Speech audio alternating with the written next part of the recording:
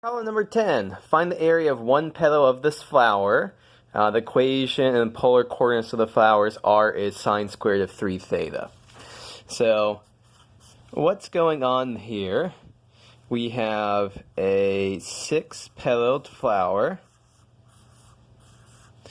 And so the equation here is r is the square of sine of 3 theta traces this flower out in polar coordinates. So what's going on here? We know that there are 6 petals to the flower, and to go all the way around is 2 pi radians. So to go from here to the end of the first petal, theta is going from 0 to 2 pi divided by 6, which is pi over 3. R is going from 0 till we hit the outside of the petal, which is sine squared of 3 theta. And so we want to find area, so we're just integrating the constant function 1. So our integral is theta is running from 0 to pi over 3. R is running from 0 to sine squared of 3 theta. 1 times r, don't forget the r, dr, d theta. So this is our answer. So let's go ahead and evaluate it. So theta is running from 0 to pi over 3. Integrate r to r squared over 2. Plug in 0 and sine squared of 3 theta, d theta. And so divide that by 2, that comes out as a 1/2. Theta from 0 to pi over 3. Plug in sine squared of 3 theta in here, and we get sine to the 4th of 3 theta. R is equal to 0, just give us 0. So here is the expression that will give us the area of one petal of the flower. Okay, so at this point there's 2 different ways that we can approach the problem. So let me just say here, that if you just go ahead and evaluate, so there's 2 ways to tackle this. We have sine to the 4th of 3 theta. If you just use reduction formulas, you can crunch out the answer, and you will get to the correct answer, which is pi over 16. So you can get to that just using reduction formulas from Calculus 2 for powers of sine. I can offer a little bit of a ever so slightly hand-wavy way to do this, but I do think it is somewhat legitimate. So first off, I'm going to make a change of variables here. U is 3 theta, du is equal to 3d theta. And so this is, we have to divide by 3, so it's 1/6 times the integral. So now u is, when theta is 0, u is 0. When theta is pi over 3, u is pi. So really this is coming down to, can we calculate out to the integral between 0 and pi of sine to the 4th of u. So the integral 0 to pi of sine to the 4th of u du. I'm going to split this up as sine squared times sine squared. And one of the sine squares, I'm just going to leave as sine squared. The other one, I'm going to write as 1 minus cosine squared u du.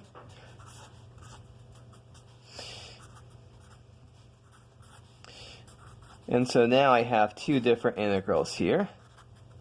Sine squared times cosine squared is really sine u times cosine u, all of that squared.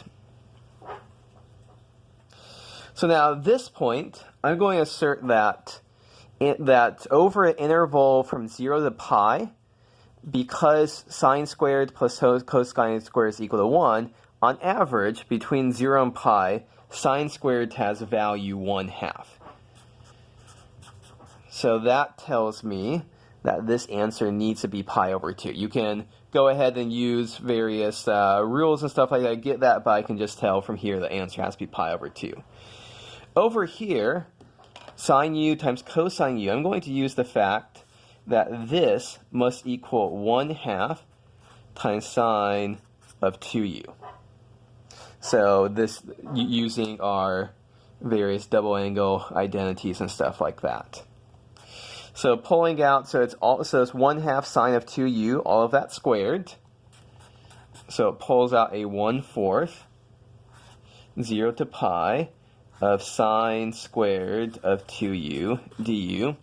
And again, I'm going to assert that on average, sine squared of 2u has average value 1/2 between 0 and pi. So that means this answer is going to be pi over 2. And so this ends up being 3 pi over 8. And you'll note that I left out a factor of 1/6 from before.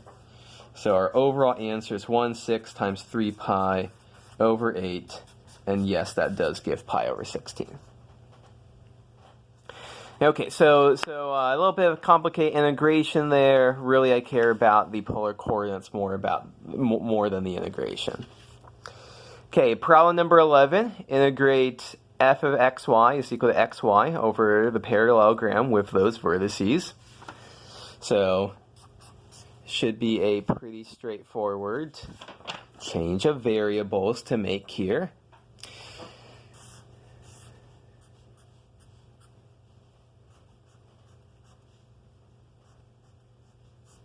Okay, so our vertices are at 0, 0, 1, 1, 2, 3, 4, at 2, 3, and at 3, 7 way up there. So kind of skinny little parallelogram. So at this point we have to write down what is our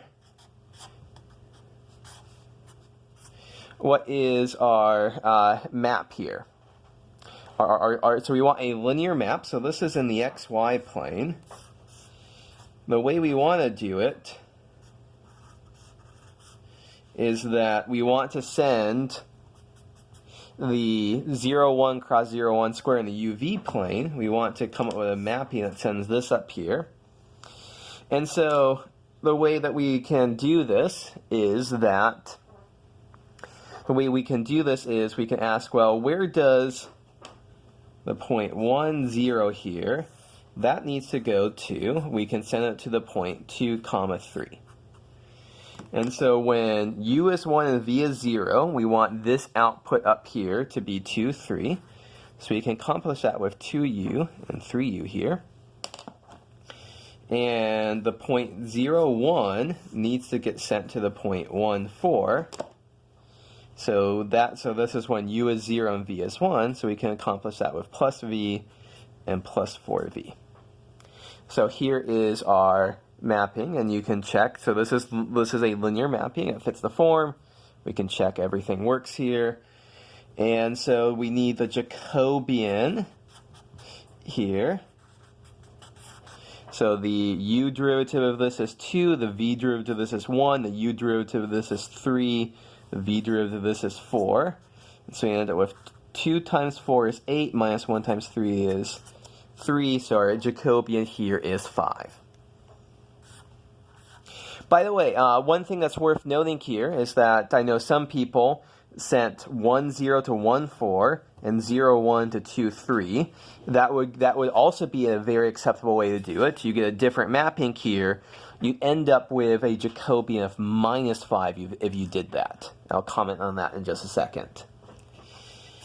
So now let's set up our integrals. U is running from 0 to 1. V is running from 0 to 1. What were we integrating? We were integrating x times y. So x is 2u plus v. Y is 3u plus 4v. And then we throw in the Jacobian. We throw in a factor of 5, and this is the integral we have to do.